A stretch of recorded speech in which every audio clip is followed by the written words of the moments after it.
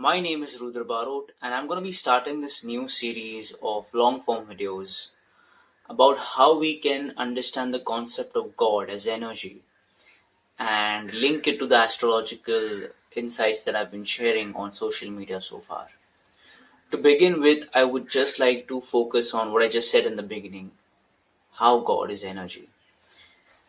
I came to understand the whole concept of God through energy, through a traumatic experience in my life that happened about 4 or 5 years ago in 2020, when I was faced with a more or less life threatening sort of an experience right after COVID hit us.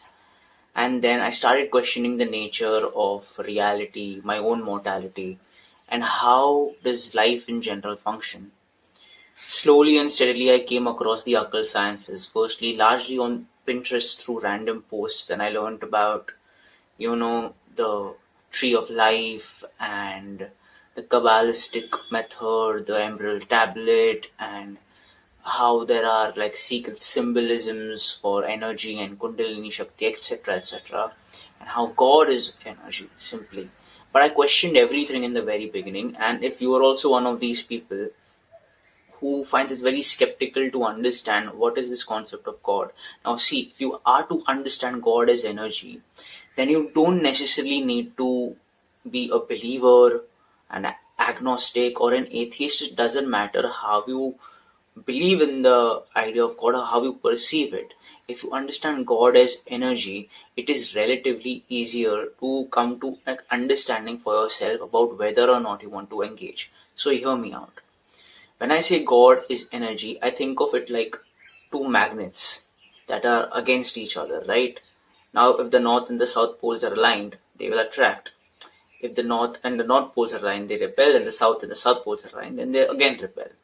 So, your relationship or a dynamic with a God, whether you believe in a formless God or a God with a form, or deity who has an idol in a temple or a church for that matter, then you may have heard of this concept of darshan.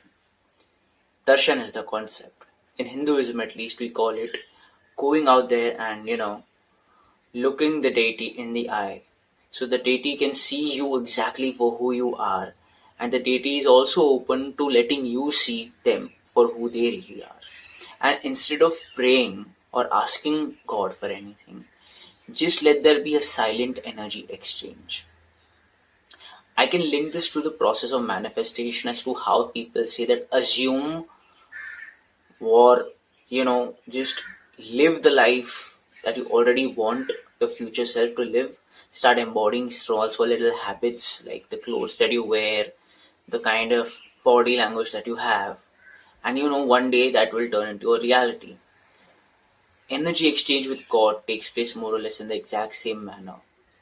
To give you another example, think of you wanting to learn how to sing really well and you want to become a world class singer but are struggling with it. Maybe you don't have the resources to train yourself either. Now, I'm not saying that this is how exactly it's going to work. Why I'm giving you the example of singing is that if you were to pray, let's just say to Lord Krishna for that matter, who is known to be a god with Sola Kalaya, the 16 unique traits of a human being, of a man, of the ultimate man for that matter. Okay, and one of them was singing and dancing. Now, Lord Krishna was known to be extremely charming. Okay, he was known to be extremely charming with his words, with his confidence, with his aura, the way he used to speak to his cowherd friends, the way he used to speak to the elder folk, with children, with the gopis, who used to be enamored by his very presence and the way he used to communicate.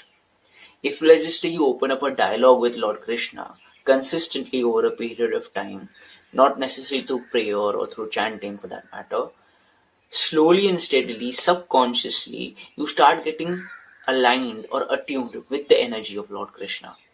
Now, I'm not saying that's gonna make you a world class singer and suddenly make you famous, but you start adopting the kind of qualities that Lord Krishna had. And maybe what ends up happening is certain avenues open up for you. Maybe you get a chance to, record a small sample in a competition which is happening online, and based on that, they can, tell you that, hey, you might win a, free production of a first music video or something. So little things, or little synchronicities, as they call, keep happening around you when you start attuning to the frequency of a god or a goddess. And that's how you understand that if manifestation says that you yourself have to start believing consistently, staying in the feeling of your future dream life successful self, an energy exchange with God takes place more or less in the same manner. And if you understand God as energy, you don't need to complicate it with your sense of whether or not you believe in God, because energy is science, right? And occult sciences are also forms of sciences. Therefore, when you correlate them with spiritual experiences, you understand that spirituality is also a science. And a whole lot of yogic traditions, the secret ones, will help you understand where exactly are these gods present in your body. But we'll look at that in another video. So I just wanted to begin this by talking to you guys about how God is simply energy. And if you've ever questioned, is there any scientific element to it? Think about the kind of approaches that you've learnt of the practical so-called sciences that you might have studied in school, of literally physics, chemistry, and biology, of the atom, of the proton, electron, and neutron, which Hinduism would tell you is Brahma, Vishnu, and Manish. In the female form, they would tell you that it is Saraswati, Lakshmi, and Goddess Parvati. These dictums of, you know, spiritual or other religious books are encoded with messages that are actually scientifically very accurate. But for some reason, all over the world, and especially in India, we've somehow forgotten to, be able to understand them. We're psychologically wired by neo-imperialism, which is, powerful countries using soft power to influence you. And somehow Indians themselves have developed an hatred towards their own culture because of this.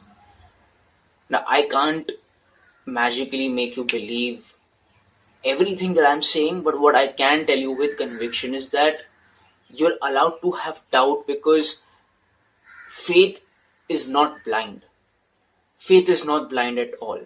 In fact, one of the very first dictums of spirituality is that doubt, question everything. Even God asks you to do that. Because if you don't question a God or a goddess, how will you eventually come about to believe in their energy? Right? It's the same as dealing with another human being. You need that level of conviction. You need to develop a dynamic. Think about how relationships are developed with another human being. There's a similar approach that you can take to developing your dynamic with a god or a goddess. And then life just simplifies after a period of time. When you understand God as energy, life simplifies after a period of time. I'll continue this conversation in the next video. Thank you so much for listening, and I'll see you in the next one.